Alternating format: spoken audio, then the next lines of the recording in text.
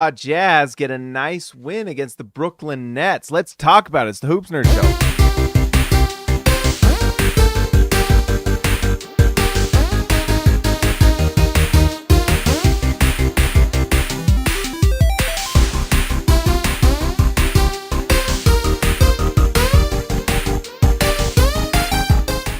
All right, guys, before we get into this, make sure you go to Prize Picks and use promo code HoopsNerd. They will match you up to $100. If you go and put $5 on Cam Thomas tonight, that was easy money. You would get an extra $5 or whatever it is. The multipliers are crazy, and it's free money, and it's on the HoopsNerd channel. So go there, use promo code HoopsNerd. I would appreciate it. It supports the channel, and I do it too, and it's a lot of fun. So go check it out. All right, guys, the Utah Jazz get a nice win tonight. They beat the Brooklyn Nets. And before we go into it, Lex Slater, happy birthday, my friend. Absolutely. See ya, Lex Slater. Happy birthday. Everyone wish Lex a happy birthday because it's his birthday. And he deserves a birthday shout out. So anyways, let's bring me down here and let's just talk about this a little bit. Cam Thomas is quite the scorer. He's crazy. I mean, I haven't watched him too much, but he is just a pure bucket getter. And I think on a good team, he's probably a sixth man. He has potential to be the best sixth man in the NBA with his just ability to get buckets. It's crazy.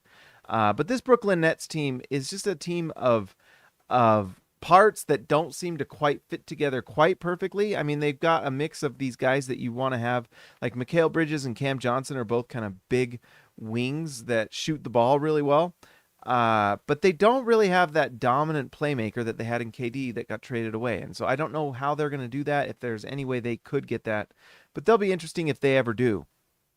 But that's basically it for the Brooklyn Nets. They're not all that interesting to me. Let's talk about the Jazz. Simone Fontecchio doesn't shoot the ball very well in this game, but I actually felt like he played pretty well. He drives. He does a lot of different things. He defends. There's a lot of different things he does. There's nights like this one where he's just completely ineffective shooting the ball, which is a little troubling at times if you're trying to win games and he's starting. But he played good enough tonight that it didn't matter quite as much just because of the other things he's doing. 2 steals, 3 assists, 4 rebounds. Simone brings a lot of energy and does a lot of great things. So, pretty interesting. Lauri Markkanen, the efficiency wasn't quite there tonight, but he still does enough and he's efficient enough that it's great. By the way, look at this. 4 assists for Lauri Markkanen. We don't need to look that up, but he is now, I think that was 3 last game and 4 this game. So we're officially not worrying about it anymore. Lauri Markkanen is off the watch list for assists because look at this. He's getting them and players are knocking them down. So that is nice to see. A block shot as well. Markkanen's just really great. And I've done the video about the trade rumors. You can go watch that. That would be great. We'll see what happens. But the reason he's worth those many picks and why the Jazz are asking for that is because, you know, he's worth it to them, and they, you know, if they don't have to give that up and they can keep Markkanen, that's great. And the interesting thing about Markkanen is that he gave that interview to Sam Amick where he said he wants to be here and he hopes no one matches that. So he is aware of that and wants to be in Utah.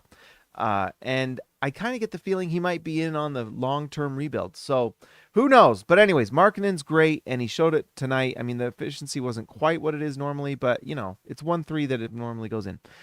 Walker Kessler had a big-time night, and it's nice to see Walker Kessler putting up these numbers. 14 points, 14 rebounds, and 5 block shots. This is awesome stuff from Walker Kessler doing awesome things. It's nice to see Walker Kessler show up and just start to get better. There have been multiple times this season where he has looked dejected. He's looked a little disconnected from the team. He got that rest after that elbow injury from Sabonis, and he's looking better. He's consistently stringing together more games. So it's nice to see. Kessler is kind of looking more and more like Kessler from his rookie season, and hopefully he can even get even better. So very nice to see. All right, it's time to talk about Collin Sexton and Talen Horton-Tucker. They had a great night. Both of them were awesome. THT seemed to be knocking everything down, and he was. Look at that, 5 for 7 from 3. He was just a monster tonight. 6 assists, 2 steals, 3 rebounds, and 27 points on great efficiency. And then Collin Sexton, you know, the percentage from 2 wasn't that great, but he does knock down the threes. And look at that, 13 free throws taken. Just shows his aggressiveness going to the basket. He is not afraid to go. So awesome stuff. And look at this, 6 assists for both of them. They're moving the ball. I'm especially impressed with Collin Sexton because he is consistently now playing that unselfish basketball. And you got to, I mean, I wonder if he's kind of figured it out too. It looks like, if he passes the ball, guess what? Within this Will Hardy offense, they will find the open man. You will get it back. You'll get it back. You don't have to dominate the ball so much. And so Collin Sexton is playing off the ball. He's assisting the ball in a nice way. Really nice to see. Look at that, 27 points for both Sexton and THT. Just a really nice night for both of them. Kelly Olynyk comes off the bench. He goes for 4 personal, 5 rebounds, 3 assists. Not super dominant stuff from Kelly Olynyk, but he's such a connector that it doesn't matter.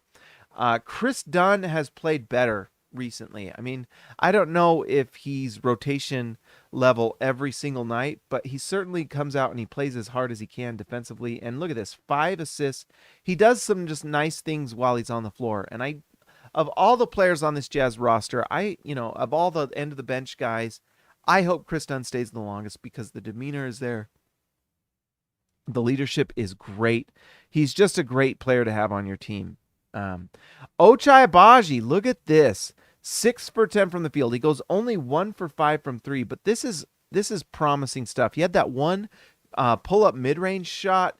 He is becoming an absolute force in transition. His ability to go down the court, he is so fast, and he is getting really good at getting that ball in transition and just scoring it. Really great to see. Ochai Agbaji is, we've talked about this, and we talk about it every game pretty much, but there's been times where I've been worried about him, but tonight was a night where you see real growth. Look at this, 2 assists, 3 rebounds, 1 steal, 1 block shot. He's just doing a little bit of everything, impacting the game. We honestly spent 10 minutes last game talking about this. We need Ochai to impact the game as best he can. And look at this. That's exactly what he does. And he gets rewarded with 23 minutes off the bench, a plus 13 of all these bench players. Look at that, plus 13. So that's great to see. We know the defensive potential of Ochai Agbaji. We know the corner 3 is what he can do. 1 for 5 from 3, you'd like to see that obviously better. But when he's doing this in transition and putting pressure on defenses in transition, it's just a weapon, especially during the regular season. You get wins by players like Ochai Agbaji scoring in transition like he does. That's like 4 points that maybe you don't get during the playoffs that you can in the regular season to get better shots and more wins. So, sorry. It's really nice to see.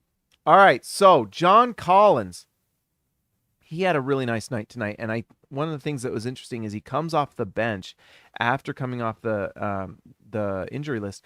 By the way, can we just give credit, and I believe he played last game too, can we just give credit to Will Hardy? I know a lot of people out there wanted to be Mr. Will Hardy this and Will Hardy that.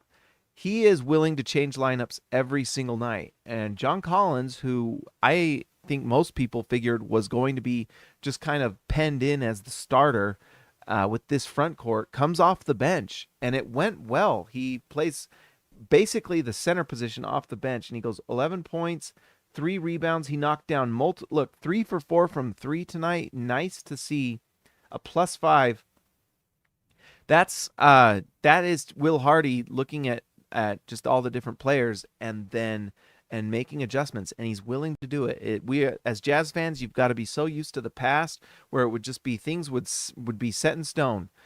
Quinn Snyder would come down from Mount Sinai with the tablets, and on those tablets would be the positions and the rotations, and they would literally never change because they were set in stone. Now things change, and they adjust based off of injuries, based off of play, matchups, whatever. Will Hardy's willing to make adjustments, and it's nice to see. One thing that is kind of a bummer tonight, Taylor Hendricks only plays 6 minutes, 42 seconds, but that's likely because John Collins comes back. And those minutes, they're precious minutes, and so it was nice to see Hendricks getting those minutes before, and he definitely took advantage of them.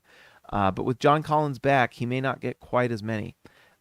Doesn't do quite as much, but he only plays 6 minutes, so not a lot you can really get on him. James, I love that we try funky zones. Yes, the Jazz run multiple things. They do a zone defense, they do a box and one, and they do man-to-man. and they switch it up throughout the game, and they're getting better at it. There's people that talk about that zone, and I don't like blah, blah, blah. Well, guess what? The Miami Heat got to the finals using the zone, and primarily the zone, because they got really good at it. Not just trying to kind of throw teams off, but being within the zone and doing some things within a 2-3 zone that, and I don't know if it's 2-3 all the time with Miami, but doing things within that zone and little nuances and layers that they would add that really made it difficult on opposing offenses to score and do some things. Well, and I think the Jazz are trying to do some of the same stuff. I don't know if the talent on the Jazz is quite there as it is on Miami to figure some of these things out, but they're getting better. They're figuring it out game by game, and it's getting better and better, and they're running box and ones. They're running 2x3s. Cam Thomas tonight said it kind of threw him off a little bit when they threw the box and one, and he's going to have to get used to that again. It's nice to see the Jazz are trying multiple things to improve. Their defensive rating is still bad, but it went up by 1 ranking. But what it is the Jazz are just doing different things, and over the long run, as they get better and better at adjusting and doing these things, they will get better. The Jazz are probably going to have a lot of trades this offseason, and so, whoever they bring on. Sorry, this is terrible tonight. Whoever they bring on is going to have to learn and adjust along with the other players, and there's chemistry issues where the players on the team have to figure it out. But they will, and they're getting better at it, and it's interesting. It's working, and they adjust quickly now between the three, and now as they get better. And this is a lesson to everyone who was talking about Will Hardy, is guess what? Over a season, teams can improve as they implement new and additional things. Now, the Jazz can adjust that zone, the box and one, the man-to-man, depending on what the opposing team does. If you've got a guy going off, like Cam Thomas, you can go into the box and one and put your best defender on that guy. The Jazz don't really have a true lockdown guy, maybe like a Chris Dunn. But they don't have that guy that's like playing 36 minutes a night that's just an absolute beast defensively, where you could do the box and one and things like that. But they're still practicing. They're still working on it until they eventually get that guy. And when they do, they're going to be that much better. Running the regular zone, just knowing how to do that and make things harder on them. Force them into shots they don't want to take, especially against jump shooting teams that aren't quite as good. If you're good at that zone, you can force them into things they don't want to do. And then obviously man on man, where you can just play standard defense, and if your athletes are playing well, then you can go there and dominate in that way as well. So lots of different things. And then obviously within man to man, there's so many different nuances that the Jazz are still going to have to figure out. But the Jazz are doing pretty well, and they are adjusting and learning, and it's nice to see. And it's great for someone like Taylor Hendricks, who's getting used to this. Taylor Hendricks is going to be on the Jazz for the next 10 years. And him knowing all these different nuances and learning them now is going to be so incredibly valuable for them 2-3 years down the road as they do it. KG to LM. Box and done? That's right. Box and done. And it's fun to see. And it's really cool, and it makes me so happy that the Jazz have Will Hardy as their coach, because the Jazz have a coach that's willing to try new things and adjust and then improve, and then once he gets those things locked down and the team knows how to do them, then guess what? He's willing to use them during games and try different things to throw teams off just to do it. The talent level on this Jazz team is not quite there to really impact it too much. But they do have some defensive plus players. Walker Kessler, obviously, at the rim. Chris Dunn, Ochai Agbaji can be kind of that type of player. So it's interesting to watch. It's really fun. It's really interesting. So the Jazz win this game tonight. So let's go look at the standings. This puts them at 7. They stay at 7. Chicago won as well. So the Jazz don't jump up out of where they are at. They stick at 7. They are looking like they're locking into this area a little bit, but as long as if Toronto, Chicago, Atlanta, if these teams keep losing games, they're going to play with the Jazz, who might pass them up. I wonder if the Jazz still want to convey that pick. We'll see. But this next month is going to be fascinating to see what happens with the Jazz team, because obviously the trade rumors are floating. They've got Jordan Clarkson out there in trade rumors. Obviously, we've heard all the trade rumors about Lauri Markkanen and basically this entire Jazz roster. I mean, just looking at it, who's available? Collin Sexton, Taylor Horton-Tucker, they're all available. Kelly Olynyk is available. And then obviously Markkanen and and what was it? And Jordan Clarkson, who did not play. So inactive for Utah. Let's see. Omer Yurtseven, Johnny Juzang, Bryce Sensabaugh. Yeah, we haven't even seen Bryce Sensabaugh this year, so that'll be fun to watch as well. But we don't know what's going to happen, but it's going to be interesting nonetheless. All right, guys, shorter show tonight. It's late. I am sorry. I had the yawns tonight. It was bad, and I hate it when that happens. It's almost like my body knows when I start doing this, and it starts doing it, and it makes me mad. It's annoying, dumb body. But anyways, here, let's pull this up. And let's just see where we land in the lottery. Until we're out of the lottery, we're going to keep doing this. Or at least when we're out of the top 10, because we don't get our pick if we drop out of the top 10. So as long as the Jazz are in the bottom 10, we're going to do the lottery. See what happens. All right, if the lottery was tonight, what would happen? Let us see. Holy smokes, Golden State jumps 10 spots for the number 1 pick. Holy cow, Utah drops to 8, which gets them Nikola Topic.